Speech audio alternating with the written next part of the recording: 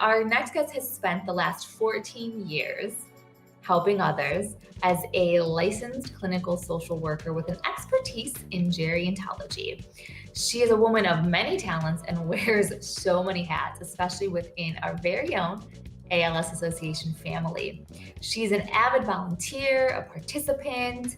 She's a Walk to Defeat ALS champion, an ambassador, and in 2018, she joined the family more permanently and runs our bereavement support group for our very own Greater Chicago chapter. We are so lucky to have her as part of the family and for all the things that she does. So please welcome to the show, Jennifer Beckman.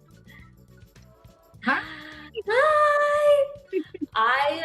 I love your shirt. Thank you. Thank you. I love it. I love it. We love all things sunflower here, if you can't tell. We just love them. We just love them so much. Beautiful. Thank you. Well, I'm so happy that you're here. So we have a lot to dive into. First of all, though, let's get to the reason that you're even here.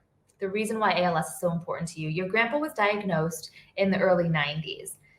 You were young. So what was this experience like for you and your whole family? And on top of that, tell us about your grandpa. Well, first of all, thanks so much for having me. It's an honor to be here. I'm very excited. Yes, early 90s. I'm going to date myself here. So my grandpa was diagnosed in 1997. So I was 13. Feels like a lifetime ago, but it was unique because I grew up in Central Illinois. I'm in the Chicago suburbs now. I grew up in Central Illinois, very small town. You drive by, you blink, you've missed the entire thing. So he'd had to go to St. Louis which is a 3-hour drive. So I was thinking about our conversation tonight. I don't know why they didn't come to Chicago, so it was a little closer. But they drove to St. Louis, probably the referral came from there, whatever. They drove to St. Louis, 3-hour drive to get a diagnosis, which I'm sure many of you know takes quite a bit of time to get a diagnosis. I remember started having pain in his right hand. It was tight. I remember him kind of like stretching it on the table. And, of course, a very long story short, that led to getting a diagnosis. And my family likes to describe him as ornery. I'm not sure if that word gets used very often anymore, but they would describe it as ornery. He was, I guess, an instigator. He was very kind-hearted, but loved to give people a hard time, lovingly give them a hard time. He was pretty much my world. Another long story short, my parents were very young when they had him on. My mom was 16, so my parents helped raise me, and so he was a huge part of my life. We lived right across the street from them. I was there often, and so having him succumb to this devastating disease was very tough, as a lot of you folks know. A lot of you guys that are tuning in know that it's a very unique disease, very difficult, and yeah, so very tough. But he was an amazing man. So I could go on and on, so stop me. Okay. I get sucked in though, because I love hearing about this, because I would say the common theme from all of this, what we've come to realize is that it tends to be the most incredible, amazing people that are diagnosed with ALS. And I have my theory on why that is. It's not fair, but I mean, I just love hearing these stories. I love hearing about them, especially when I didn't get the pleasure of getting to know your grandpa. So I love that you guys were close. I love that you had that relationship. And this is why we're here. This is why we're doing this, so that, people don't have to lose their grandparents or their parents or their brothers or sisters or sons and daughters to all of this. This is why we're doing it. Yeah. But so as you said, you were young. You were very young when all of this happened. And you sort of were thrust into ALS, seeing it firsthand, which thankfully many people at that age don't have to deal with. And that's how we want it. You weren't so lucky. You had it right there in your face. How do you think that shaped you? Kind of, I feel like it made you grow up a little bit faster. And do you think that played a role in any way, sort of in shaping the person you became now today, or putting you on the path, this trajectory of where your life has taken you? Yes, absolutely. When I was a kid, I wanted to be a marine biologist, which is really hard to do in Central Illinois. I mean, that's one thing. But, that was my career goal for many years. And then, as I got older and I realized that marine biology might not be great in a little town in Illinois, I went into psychology, and decided to go to graduate school and become a social worker. So as you mentioned, I'm a licensed clinical social worker. And, when you're in social work school, you have to have two different internships. The first internship I did at a psychiatric hospital. And the next one, I decided I want to do something completely opposite of that. And because my grandpa was on hospice, I was pretty young. And as a teenager, you're a little bit into what you're going through, and so I remember a lot of it, but I do distinctly remember him having hospice. And so I decided to do hospice as my second year internship in graduate school, which really then just really changed the trajectory of my career. I knew, if you ask my parents, my mom, she knew I'd probably end up in the helping field, but in the helping profession.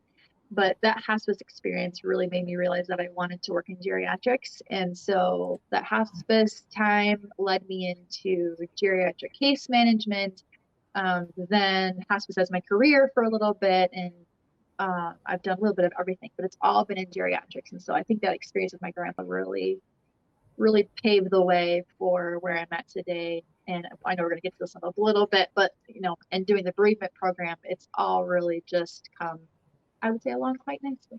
So Okay. Kind of full circle moment. yeah, exactly. I feel like it did. I think there's something really fun about that too, because it's kind of like this is because of your grandpa. So in a way, you're doing this for your grandpa, honoring your grandpa. So he's with you through all of this stuff. He helped lead you to this path of where your life has taken you. I think that's really amazing. Yes, absolutely. He's played a big role. He was a big role when he was here, and he's still just as big as a role, even though unfortunately he's gone. So I know that he's watching the show, and I think he's going to be laughing his butt off by the end of this episode. I just feel like he's going to be loving all the things that are going to be happening tonight, right here. Oh yes, it's going to get quite interesting. So everybody has to stay the entire time, because I can't ruin the surprise. It's definitely going to get real interesting. Yeah, you know what? We're having fun with this tonight. We're having fun. Okay, so speaking of this journey, this whole full circle moment. So thanks to your grandpa, you found this new passion in geriatrics and helping people, which actually, since I've known you, I just can't even imagine you in any other field, honestly. You are meant to do something that impacts people. That's just who you are, and that's what you live and breathe. So to me, it makes complete sense that you found yourself here.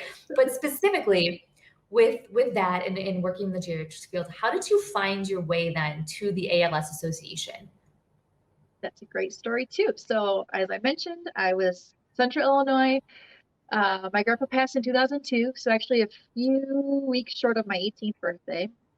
A few years later, I believe I need to give credit to my mom, who found the Peoria Walk to Defeat ALS, so 2006.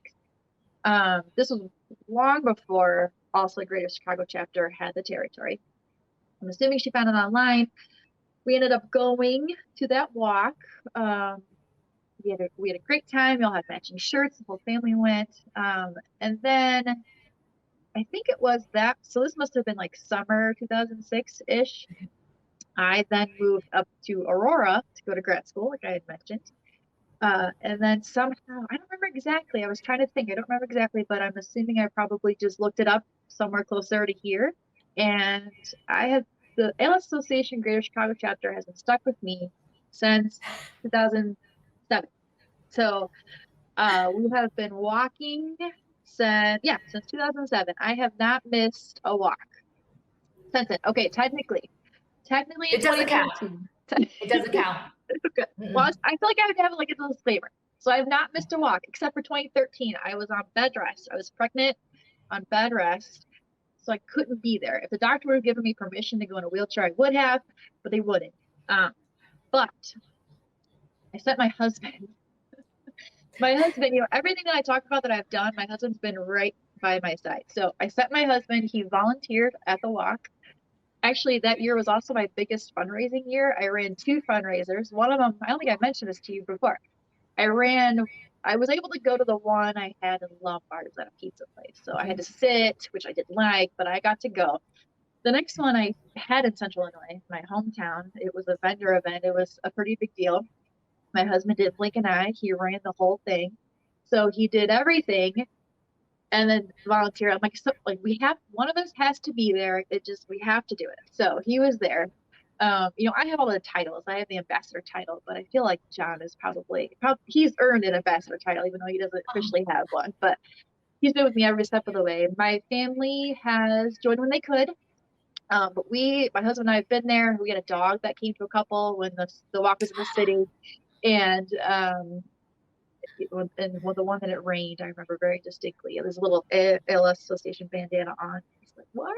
It's raining." Oh, So we grew our team by reproducing. So our children, our children are now part of our team. And they I have love not it. missed. I'm sure Yeah, that's the only reason you had kids, right? This is why you exactly, had them, so that you could grow the exactly, walk team and help the chapter. Yes. exactly. We had to make Papa's All Stars bigger, so we reproduced. So I guess that technically Ryan, my oldest, has been walking since 2014 because he was born in 2013. That's the one I missed. And then my daughter Madeline's been walking since 2015. So, uh, yeah, so I've done a little bit of everything. I've volunteered. I'm now an ambassador as of 2015. I've done the committees. I've talked at what was called the kickoffs. I'm there whenever also needs me. Is basically what I am. Whatever they need. I love it. I mean, you're there all the time, which I think is so awesome. This is what I mean. I think this is what I love about this because there are so many great causes in the world. There are so many different organizations. I have never met a group like the ALS Association's Greater Chicago chapter because everybody from staff to volunteers to people that just, interact with us, those that donate, they are the most incredible people. And they like you, Jennifer, you live and breathe this also. How I was saying Sam does. I mean, you're at every event. Everything you do is spreading awareness, telling people about the chapter, wearing your gear out there, just walking up to strangers, letting them know, hey, this is what we do. This is why we're doing it. I mean, this fight to find a cure. This isn't just something that we talk about. Everybody here sort of, I don't even know what expression I would use, but live and breathe it, put your money where your mouth is, however you want to say that. You're doing Yeah. all the work to make this happen. Yes, absolutely. I think Julie, the president, likes to say, we're in the trenches. We're in the trenches Mhm. and we're going to find a cure to end this for sure. Yeah, we will. There's no doubt. I have no doubt in my mind. We will. It's just when, but we will. Yes. We're getting closer Yes. every day. And guys, this is another great moment to mention that all of your help helps get us there faster. So making these donations makes a huge difference. Volunteering your time, coming out and helping us set things up, helping spread the word, all of that makes a difference. And Sam will throw the link up in the comment because we always have our Tiltify campaign going on through the show. So if you are inspired, if you do feel like you want to be a part of this and you want to help us put an end to this, you can do that. Again, either through your time, any treasures you want to give, or through physical donations that help us provide all of these things to those with ALS for free. The link will go up so you can donate to our Tiltify campaign. Any dollar amount is helpful, and all the money goes to the chapter. And again, all of the services we provide to people are completely free, and we do that because of you guys. So Yeah. sorry, quick little plug there, not trying to get off topic, but Okay. it's so important. Okay, so back to the topic at hand though, Jennifer. You were saying you really do it all. So you do it all within the chapter. Oh goodness. Oh, did she just kick herself out? Jennifer. Jennifer. We'll get her back. Don't worry. Sam will be on it. I got this. We'll get her back. I'm gonna brag on her for a hot second because she really does do it all. Here she is. Sorry, difficulties. You're getting just so excited that you just kicked yourself off. I feel like I did. I got really excited. Sorry. Okay. I'm back. I'm here. I love Working that's okay.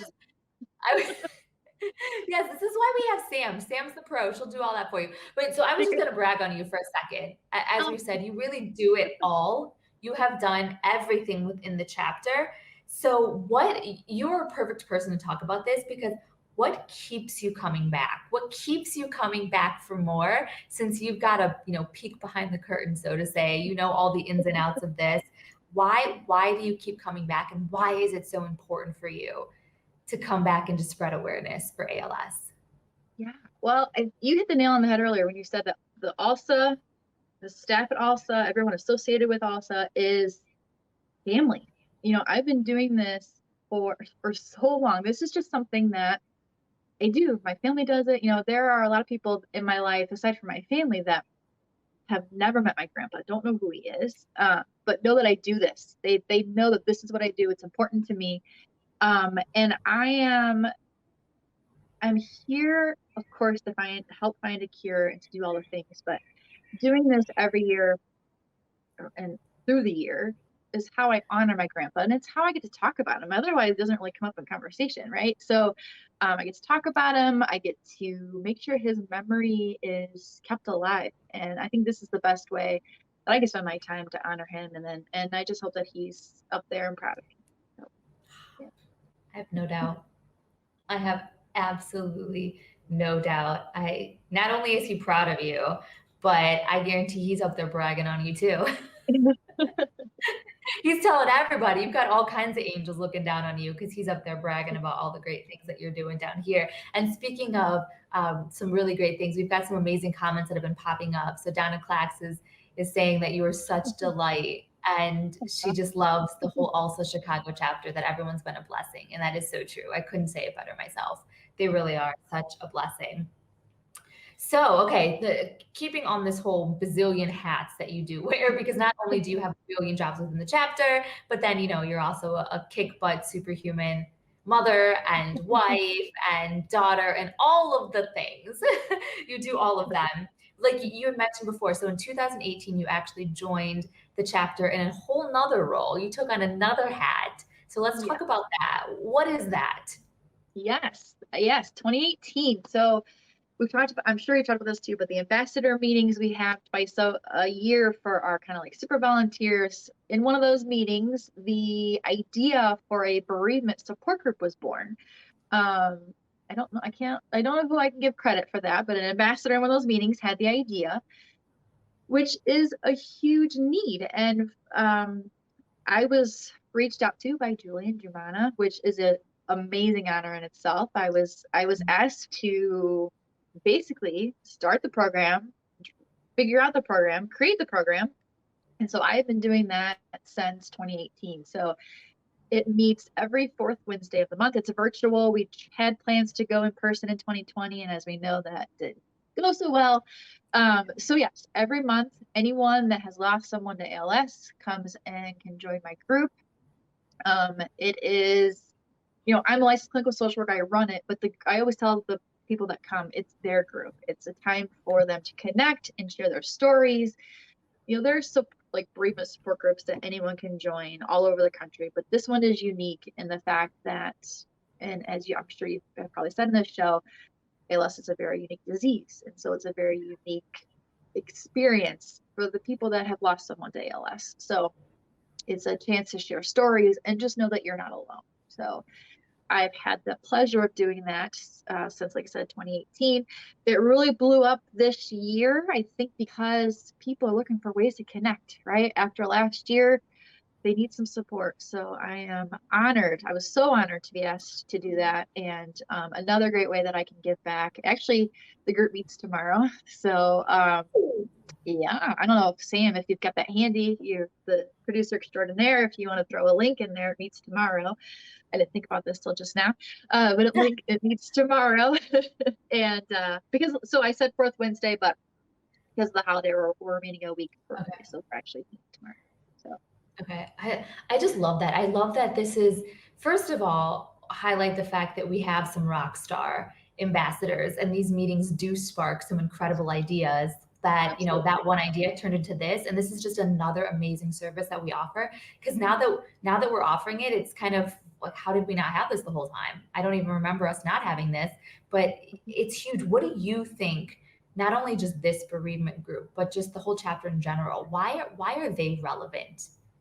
Why do you think We are so Oh my relevant. God. What we're doing is so important. It is so important. I'm not sure everybody realizes how much the ALS Association of Chicago chapter really does. I think adding the bereavement program really just takes everything full circle, right? It's there. Our nurses and social workers are in there with families, kind of virtually, more so virtually nowadays, but getting in there, seeing what the needs are, taking care of our pals, our persons with ALS, doing everything. They are doing all of the things. So it's just so needed. And I know that we talk a lot about research, and yes, research is important, and that's what the walks are for, is to raise money for research, but also, you said this earlier, the funds that we raise help those that are living with ALS, ease some of that burden, because Sam was right. It's $250,000 to take care of someone with ALS. So it is, I think I'm getting off topic, but the ALS Association is just so needed, and our territory is very large. And so there's always a great need, but going back, I think it's full circle, right? We're there with them through all of the steps of the disease. Why wouldn't we be there after? And sometimes we're almost needed more after, right? That is really where it gets tough as well. I mean, it's all tough, but all aspects of it. Oh, that makes so much sense. And like you said, I think the joy you get out of being able to still share your grandpa's story, still talk about him, still keep his memory alive, you're giving that to so many other people and this outlet because you know what they've been through. All of you guys in this support group, you've all been through the same thing. And there is a different connection that happens when you really have been through this journey. Absolutely. Absolutely. Yeah. Oh, I love that you're doing this. This is so exciting. And Sam did put the link up there. So if anybody watching is interested in this, if you yourself have lost someone to ALS or you know someone that has, please share that link with them because this is so important to be able to talk about this again in a group of peers that have been through this and have walked in your shoes and know what you're going through. And it's led by the amazing Jennifer, who has a whole background in this. Not only has she experienced it firsthand, but she's been trained in all of these things. So she's there to help you every step of the way. So Absolutely. Absolutely.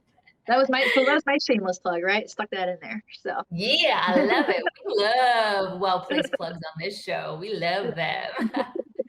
And you know what else? You know what else we love on this show, or at least I do. I hope everyone else does, is food. you want I me to have set an up while you talk?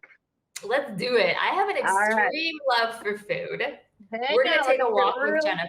loud. Yes, take a walk Yeah. with me to my We're going to kitchen. take a walk with Jennifer. Yeah, we're going to go into her kitchen. So guys, this is so exciting. And I want to hear, by the way, also before I get into this, Kathy Pat, thank you so much for chiming in. She enjoyed listening to you, Jennifer, and your journey. I love seeing the comments. You guys, I love you being so active. And I love you, Kathy, and I love you, Donna. I love you guys so much. So thanks for tuning in. So now we're taking a walk. We're joining Jennifer in her kitchen.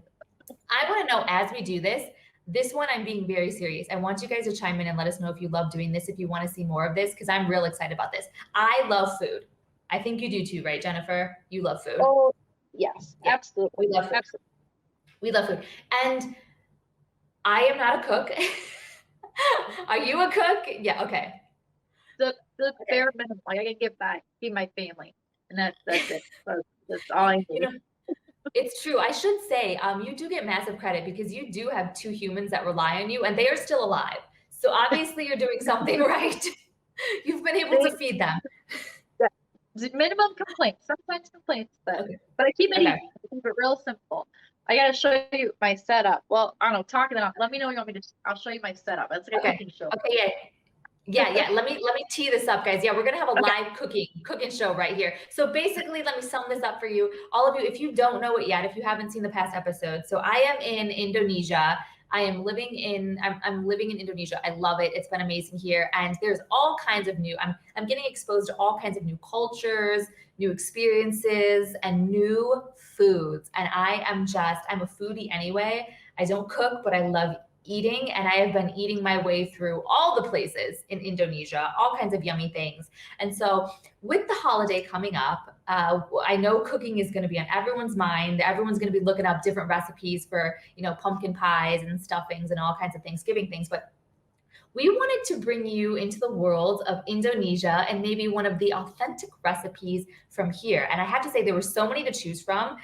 So I hope that we can do this segment again. I hope you guys love it because I have a whole list of things that I want to cook, especially with you, Jennifer. Because as I was saying earlier, I love this. This is guys, this is why this is going to be entertaining. This is basically the blind leading the blind. So what we're doing here, I picked something.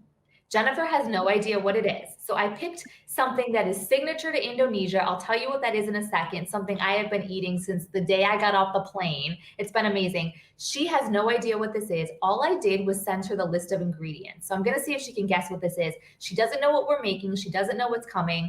I've never made this. She's never made this. I am going to try to walk her through the recipe and she's going to try to cook it. And we're just going to see what happens. We don't know if it's going to turn out. We don't know what it's going to taste like. Neither one of us have done this before. So this is just like a blind trust exercise here. We're going to make this happen. So Jennifer, based on, so some of the ingredients I gave you was, I don't even know. I need to look up the recipe here because I don't know what I'm doing. But corn and flour and eggs and shallots and scallions, garlic, celery, ground pepper, ice water. So based on those things, do you have any idea what you're going to be making? No, because I know that frying is involved. I've got my skillet heating up. Hopefully it heats up quickly. Okay. I have no idea. I thought falafel, but that's with like chickpeas, I think. That's probably as close as I got to any sort of guess. I have no idea. I'm just glad I got all the right ingredients. I'm glad I found this tapioca flour, also known as tapioca starch, because the recipe you gave me was tapioca starch. So thank God they wrote that on it. So yeah, okay. I don't know. It's gonna get real interesting. Is what's gonna happen. So. I love this. Okay, does anyone watching, based on those ingredients, so fresh corn, eggs, shallots, garlic, scallions, celery, all-purpose flour, rice flour, salt, ground white pepper, and ice water. Does anybody out there have a guess what we could be making? I'm seeing, this is funny. Nobody knows. Look at this. Nobody knows. We're professional here. Cooking show, cooking network. Watch out. Give us a call. Look at that. We've got this. We've got this staged up. Kyle has no idea either. Okay. Well, you guys, I'm going to tell you right now. It was one of the actually. I love it. You have a cute assistant. Hi, cutie. Hey, hi. Tell everybody your name. Maddie. You are so beautiful. Now, Maddie, I want you to pretend that your mom is not next to you for a moment. And I want you to tell me the truth. Is your mom a good cook? Yeah, she is. Are you excited for her to cook this? Yeah. She helped me set it up. She helped me chop up the shallots. I had a chopper. I mean, it got really interesting. Did your eyes get watery? Yeah. Speaking of shallots, I love this. So I'm going to bust you out for this because we talked about this before we went live. So this will give you a taste, everybody that's watching, of what is to come and how comical this is probably going to end up being. So Jennifer, let's tell everybody, how did you do with those ingredients? I sent you a list of ingredients. How did you do with that? Oh, gosh, there was a lot of Googling in the aisles. Shallots, there was scallions. I don't know.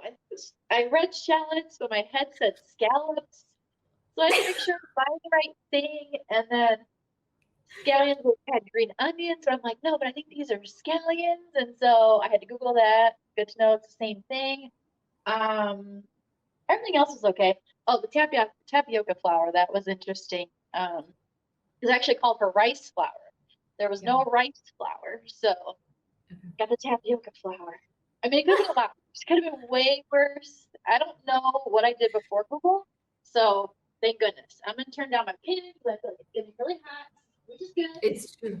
It's true. This is hilarious. I'm really glad that we had Google and that we didn't end up with scallions because this is not a seafood dish. So that would have been real interesting. So guys, what we were making, it's actually one of the first things I had when I landed here in Indonesia. So this is You can find these at pretty much everywhere. A lot of street vendors sell them on the side of the road. You can find them in every restaurant. It's one of the main side dishes. Actually, it's one of the two most popular side dishes in Indonesia. It's called bakwan jagung. I probably butchered that name, so I'm really sorry to any Indonesian that's watching this. But bakwan jagung, basically what that means is it's a corn fritter. It's a good old corn fritter. Okay. Yes, so that's what we are making tonight, corn fritter. And like I said, this is one of the two most popular side dishes here in this country are their potato fritter and their corn fritter. So yeah, pretty much every meal I've had comes with a corn fritter. And then I buy extra to go because there's a lot of stray animals here and I carry them with me. I have a little container that I carry them with me and then I give them to the animals too. So I am feeding the world of dogs here with these corn fritters. So I'm real excited for this recipe, if I can get into this. So I found this recipe off of a woman who's actually a professional chef. She's owned restaurants. She moves and she lives in Indonesia and she cooks these here. And this is her recipe. So if it fails miserably, we're going to blame her because clearly it's not going to be anything we do. Oh no, not gonna be me at all. Yeah, this will be great. Yeah, no way. It's not going to be us. And this is super easy to do because when we'll give you guys all this as we're doing it, we'll walk you through it because the prep time on this is only about 15 minutes. The cook time is only 45 minutes, but we're faster. We don't need all of that time because we're pros. Yeah. And this specific recipe that we're going to make makes 36 fritters, which is super cool. So let's dive into this because you already have all the ingredients. And I can get myself down here to the ingredients. I'm using good old Google too for these recipes. Perfect. So I'm going to tell you all. So corn, most important ingredient, corn. If you do not have, it calls for 3 ears of corn that you have to, cut up, but you know what, we're busy. We don't have time for that. So you can use canned corn or frozen corn, but very, very important note about this. If you do either of those things, frozen or canned corn, make sure it's thawed, obviously, and then you have to towel dry them, paper towel dry them. You cannot have any water. Water will mess up the recipe. It'll throw off the levels of water we're already putting in. So make sure your corn is completely dry. You need about 3 US size shallots, which now we know what that is. Not scallions. Yes, not those. We need shallots. And those need to be minced. To be totally honest, I don't even know what that means. So well, I mixed them. So I cheated. The garlic is minced. Cheating, right? Cheating. Love it. Like I said, we used a chopper because many years ago I cut my finger cutting a carrot. So my husband immediately bought me a chopper. So I think we've done our best job of mincing. That's the one that's make sure let's cover that. This is amazing. So can I just say we're off to a great start. Almost bought scallops, almost bought seafood, didn't know what the ingredients are. And last time you cut a carrot, you sliced your finger. So this is going to be fantastic. So we've got that 5 cloves of garlic that are also minced, which you're already on top of. This is really funny to me because if you're using Chinese celery, you need 2 stalks thinly sliced. But you can substitute that for one stalk of American celery, of US celery. So I guess depends on what kind of celery you get. So use that. You're chopping that up. You're looking for about 1/4 cup of celery. Yep. You want two stalks of scallions thinly sliced. So that's about 1/4 cup. You've got that. Love it. I did not Google this. I hope you did actually, because I'm messing this up already. 150 grams of all-purpose flour. I don't know what that comes out to. Yeah. And as Google wants that, it was like 2.25 cups, I believe. Oh yeah, 2/3 cup. I did do that. Yeah, 2/3 cup of all-purpose flour. And this is super important, guys. This is the secret ingredients. Okay, secret ingredient here. The rice flour. Which it's okay because if you can't find rice flour, which sometimes if you are going to make this at home, you guys, you can find it in Asian markets or international markets. They'll have rice flour, but if you can't find it, you can substitute that with tapioca starch, which is what you have. This is important because this is what actually makes the fritters crispy. So if you don't have this, you will just have piles of just gooey stuff. You won't have crispy fritters like we get here. So make sure you have that. And that is 75 grams. I don't know what that comes out to, but you do. 2/3 of a cup, if my memory serves me correctly. Don't quote me. Google it. Love it. Okay, yeah, exactly. Google 75 grams of either rice flour, tapioca starch, and then 1.5 teaspoons of salt, 1 teaspoon of ground pepper, 300 milliliters of ice cold water, another super important ingredient. You really need that. Yeah. And I guess from what I was reading, what makes the corn fritters work is the extreme temperatures. So the oil has to be insanely hot. It needs to be 340 degrees. Should I put So that in now, probably? yeah. Put that in as we're chatting, and let that heat up while we mix everything together. Aw, the Rickies are watching and they're so jealous. They wish they had a cute little assistant like Maddie. I do too. I do too, guys. I wish I had an assistant like her. I love this. Oh, Jennifer and Maddie are the perfect cooking stars. I think they are too. I think we're spawning a show. We had our own show. I think we would turn on the fire alarm like we sometimes do, don't we? Yeah. It happens. It happens. You know what? It could happen. I think that's just the alarm telling us, "Yay, go you guys! You're making something great." I'm dabbing the corn to get a little bit more moisture out of there. I might Love not it. add as much water. Beautiful. Yes. Let's get all that wetness out of the corn, guys. That's really important. And then again, the hot and the cold. So she's already got the oil. We're doing a pan, we're doing a skillet, and actually, let's see, the best pot to use they recommend is a cast iron skillet or pot or a Dutch oven because those retain the heat the best. So look at this. I'm giving you all kinds of helpful tips to make the absolute best corn fritters, just like you all can sit back, make these, and feel like you're here in Indonesia too, just like the street vendors make. So that's important. And then again, the hot and cold. So she's got the oil heating up. We want it at 340 degrees. And the ice water is really important. So when we mix all these ingredients together, the ice water is going to keep things cold and actually, obviously, show magic. We're doing this a little bit faster, but if you're making this at home, when you mix all these ingredients together, then go ahead and put them in the fridge. Let them get super, super, super cold while you go and heat up your oil because you want the extreme cold dropping into the extreme hot. That is another secret on how to make these things crazy crispy. So keep that in mind. Okay, so you ready to do this? We can do this so fast. I mean, we'll see. I have the window open in case we do turn on the fire alarm. It's a little sensitive, so. Okay. Is your husband ready with like a fire extinguisher somewhere in the near vicinity? The boys in the basement, hopefully they'll come and save us, right? I love it. I guess we'll find out. That will just be more entertaining for everybody at home. There we go. It will be. We got this. I know we can do this. Okay. Traditional corn fritters, here we come. So we need a large mixing bowl. Got that. Love it. Okay, so we're going to start putting in the corn. Okay. Hold on, baby. I have it on paper towel, so I'm just going to do it like this. I'll let you guys, can I just say, I don't cook, but I love to eat. I really love this power right now of I just get to tell you, and you two beautiful people get to make it. I really wish I was there to eat this. I know. I love this. Okay, so you put the corn in. Now you're going to add the minced shallots. Add in that garlic. I'm sorry. Okay, shallots going in. Shallots going in. Okay.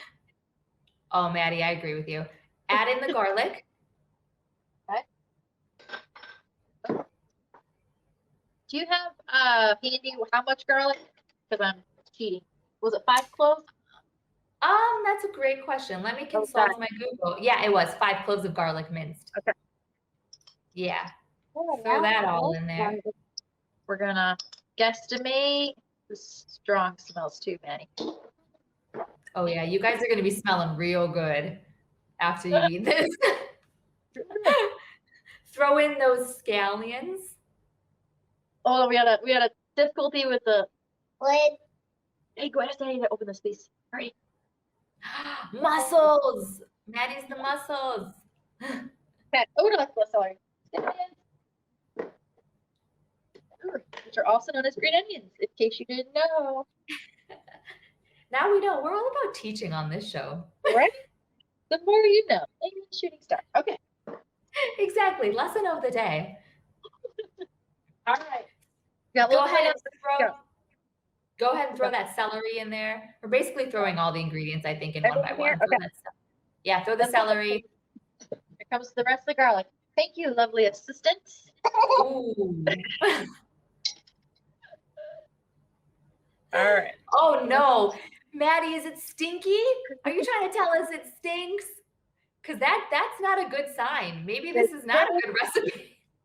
It's very strong smells. I think she's still a little traumatized from the scallops earlier. Scallop. Shallot. Who knows what we're making at this point? We don't know. It could turn out as, like a tuna on the grill. We don't know at this point. Right. Okay. Okay, love it. Celery's in. Throw the eggs in. Eggs. Okay.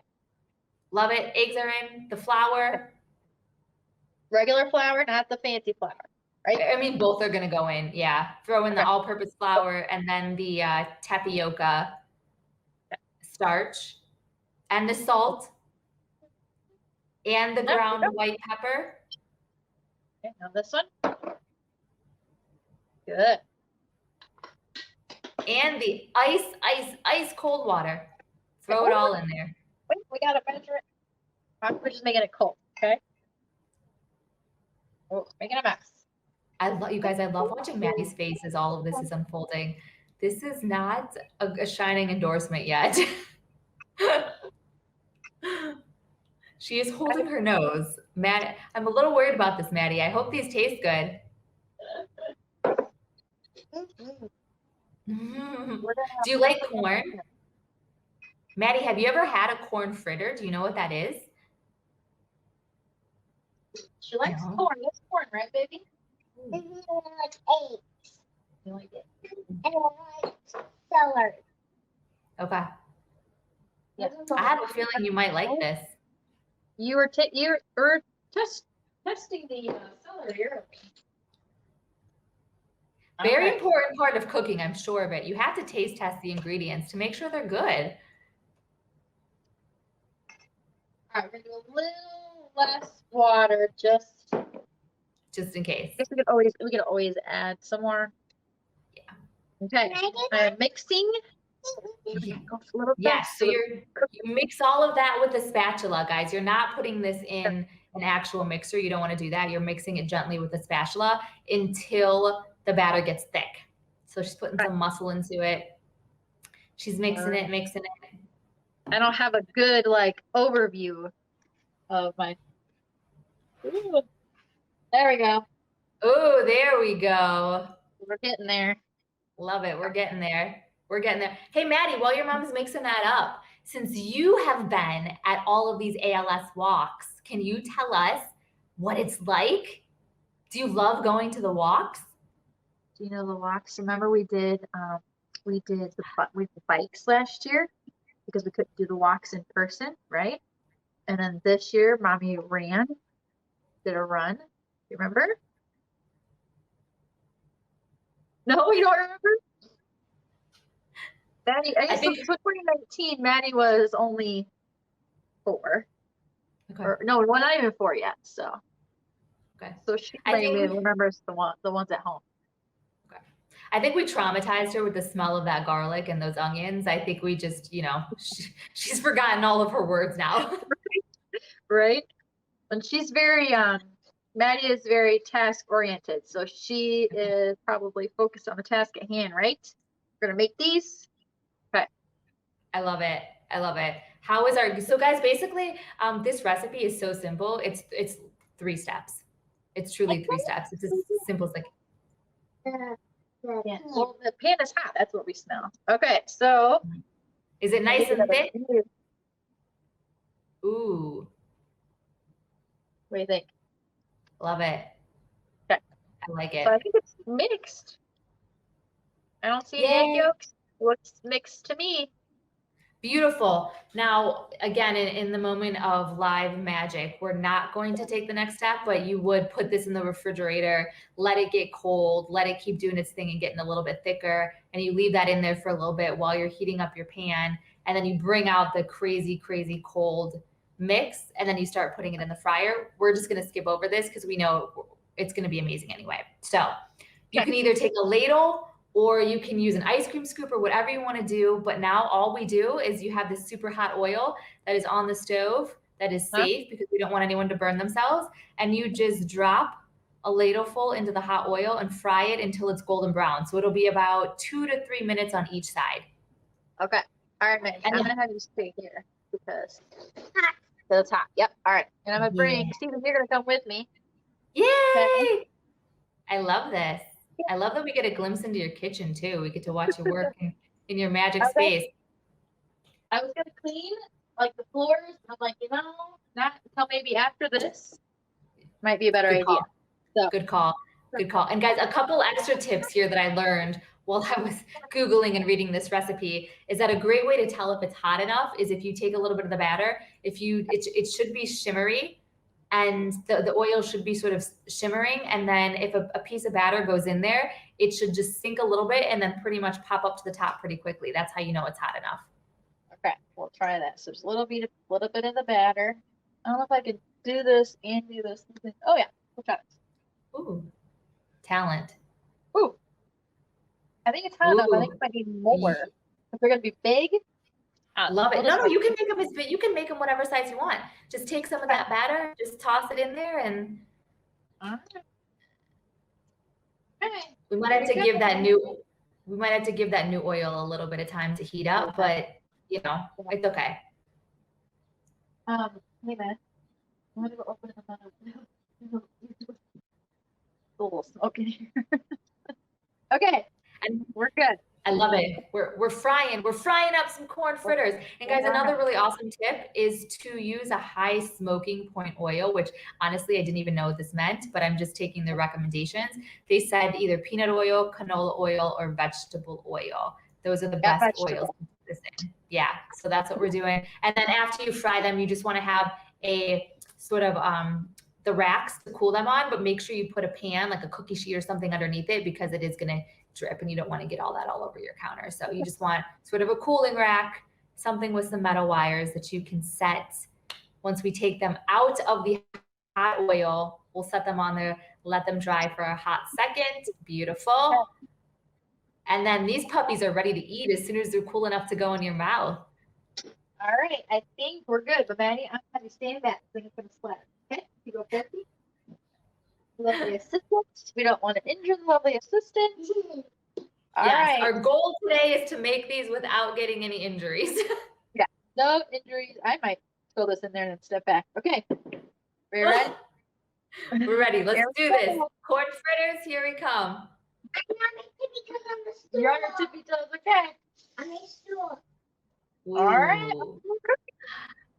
I hear some sizzles.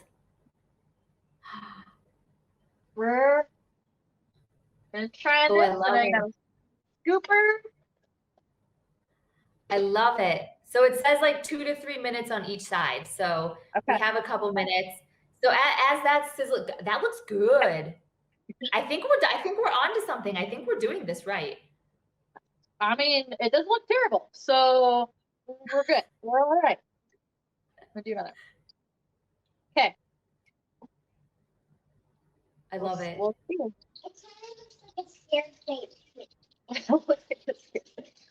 Oh yeah, now we're sizzling. Ooh, sizzle. That's the sound of magic happening. Something's happening in there. Let's hope it's what's supposed to happen because neither one of us know if it's not. But I think we're on the right track here. I think we'll be good. Have you ever tried corn fritters? Do you like these things? I don't know. I don't know if I've ever had a corn fritter. I'm definitely gonna try it tonight, but we'll see. So I don't know if this is a thing because I don't cook. I don't know. Can you put plastic into hot oil? Is the oil just gonna melt your plastic thing in your hand? Good to call. We got a metal one. We'll see. It's this. I don't think it'd be that hot, but it's always good to be safe. I don't know. Maybe even just like a regular. I got a metal one. We'll be good. I love it. I think a seasoned sunflower hour cookbook is needed for holiday gift giving. You know what? That is a great idea. I'm into it. We will try all these recipes out. Oh. I got many, girl. I know. Uh, I'm totally on board with that. We could definitely do that. I'm into it.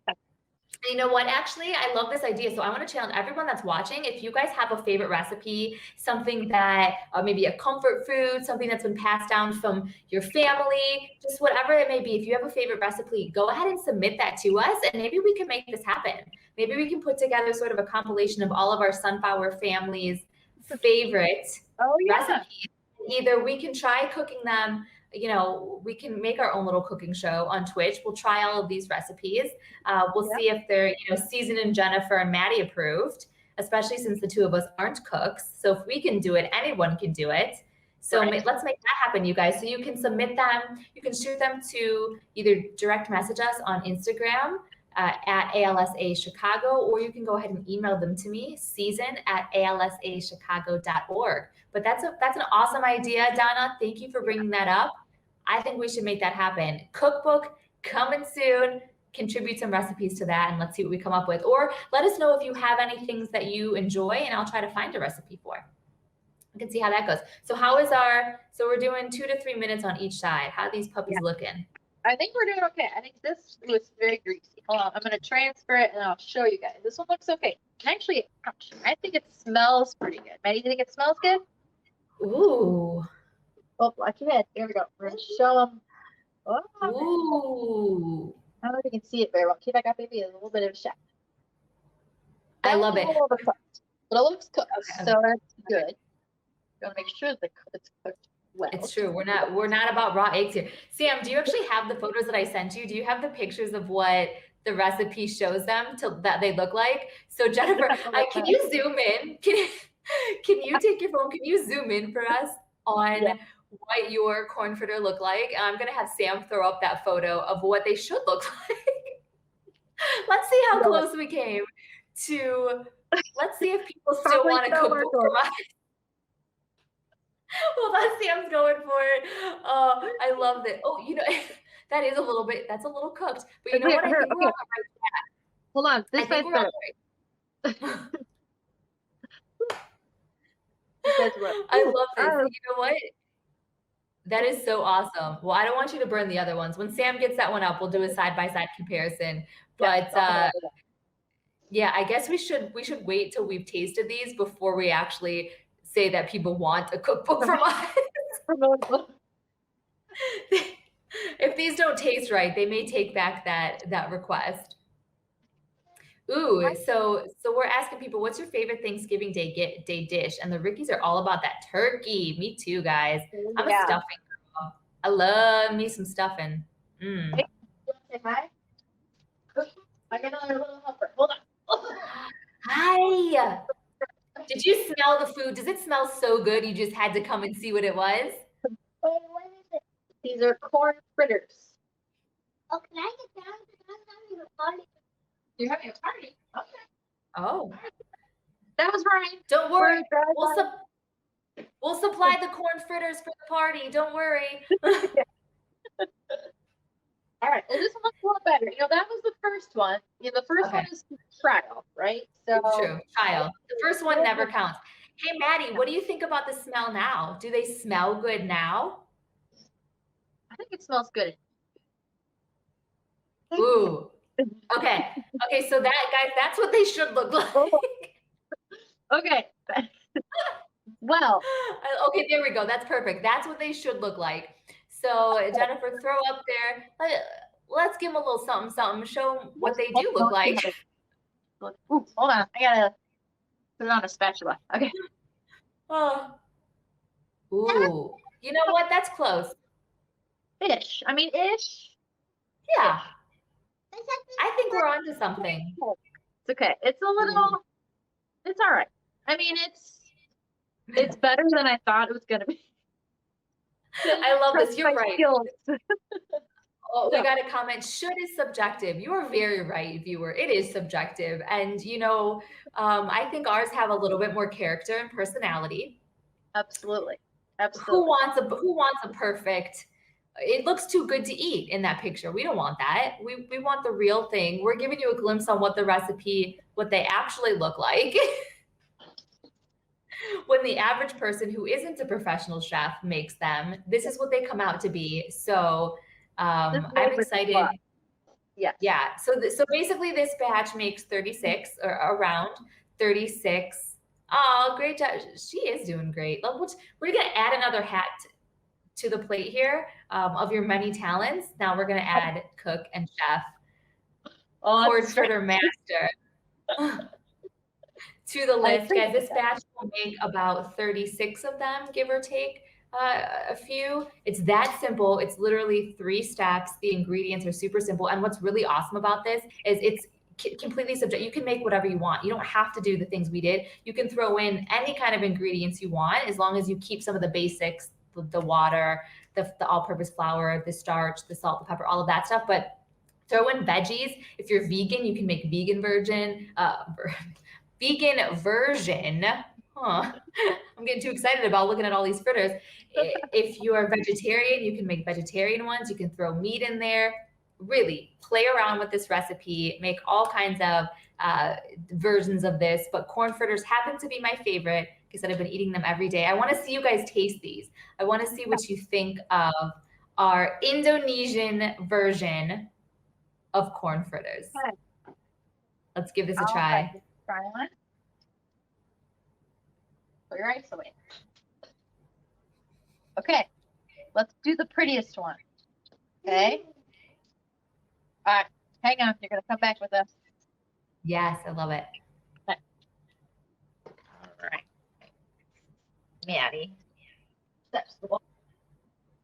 Okay. You gonna try this? I'm so proud of you. You're gonna try it. Okay, let's get a fork. I'm so jealous right now. You want me to try it first? You want to try it first? Try it first. You try it first? You're going to try it? All right, Maddie's going to try it first. So make sure it's not too hot. And make sure it's done in the middle. Okay. Let me see.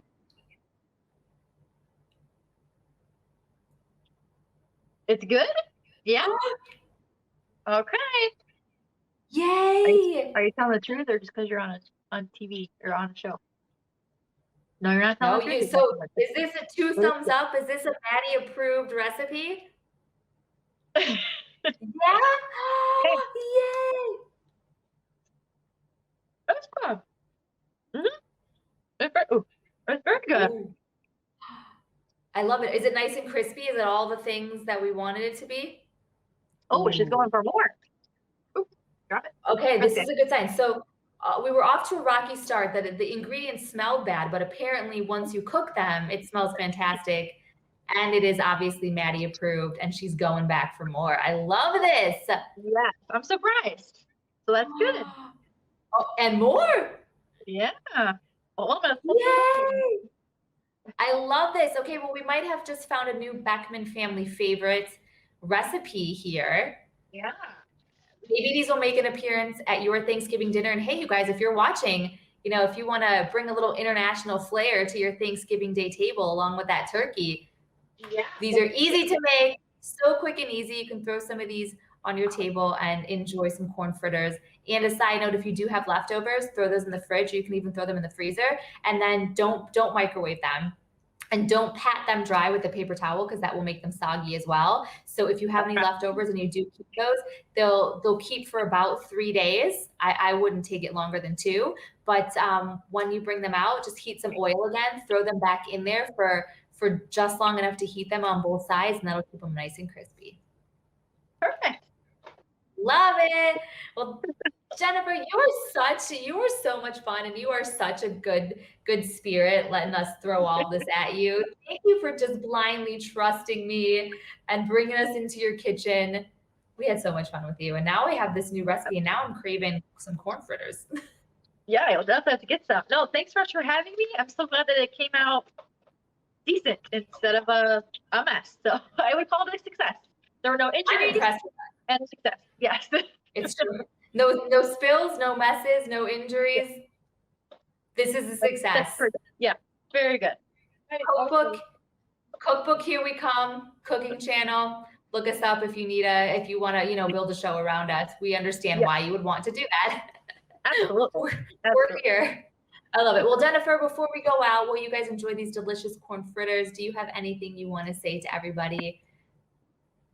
Just thank you so much for allowing me to be here tonight and for my special guest, Madeline. And no, just thank you so much for all you do, all the viewers, for everything that you do to help us, to support us as staff, and for getting us to that $100,000. That's an amazing feat that you announced before things started. So, no, just thanks for everything. Happy Thanksgiving to everybody, and I think that's it.